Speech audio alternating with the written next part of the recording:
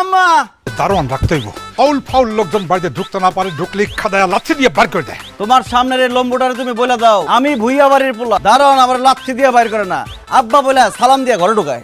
আব্বাজান তা হওয়ার হয়েছে, আপনি আমার শ্বশুর, আমি আপনার জামাই, তুমি মাফ করে দিন। নেন এটা পরেন। কি এটা? এটা আমার পায়জামার মাপ, পাঞ্জাবির মাপ, শার্টের মাপ, প্যান্টের মাপ, কমপ্লিট শুটের মাপ। তোমার শার্ট প্যান্ট পাজামা পাঞ্জাবি কমপ্লিট স্যুট এই কাগজ আমারই দিতেছো কেন? কি যে বলেন না আব্বাজান, আপনার মেয়ের বিয়ের পর এই প্রথম আমি আপনার বাড়িতে আসছি। বলতে গেলে আমি আপনার নতুন জামাইয়ের মতো। এই জন্য এবার ঈদে আপনি আমার নতুন পায়জামা, পাঞ্জাবি, শার্ট প্যান্ট, কমপ্লিট স্যুট, একটা সুন্দর ঘড়ি আর কয়েক রকম চেন কিনা দিবেন। আমার এই লুঙ্গির বয়স হয়েছে 5 বছর 3 মাস, শার্ট হয়েছে 4.5 বছর। তোমার ওই যে যারে শাশুড়ি বলো তার শাড়ির বয়স হয়েছে কমপক্ষে 5 বছর।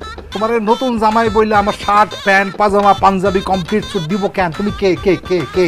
কারণ আব্বা সব শ্বশুররাই তার জামাইয়ের ঈদের মধ্যে নতুন পায়জামা, পাঞ্জাবি, শার্ট প্যান্ট, কমপ্লিট স্যুট দেয়, এই জন্য আপনি দিবেন। সবাই দিতে পারে, আমি তোমার একটা সুতাও দিব না। যাও যাও যাও যাও যাও। আপনি আমার শ্বশুর, আপনার কাছ থেকে নতুন পায়জামা, পাঞ্জাবি, শার্ট প্যান্ট, কমপ্লিট স্যুট পাওয়া আমার অধিকার। আপনি আমাকে আমার অধিকার থেকে বঞ্চিত করতে পারবেন না চৌধুরী সাহেব। যাও চৌধুরী সাহেবের কাছে যাও। মন্ডল সাহেব, যেভাবে হোক আজকে আমি আমার অধিকার আদায় করে ছাড়বো। শার্ট প্যান্ট পায়জামা পাঞ্জাবি নিয়ে ছাড়বই। তো শার্ট প্যান্ট পাজামা পাঞ্জাবি কেন? আমি একটা রুমাল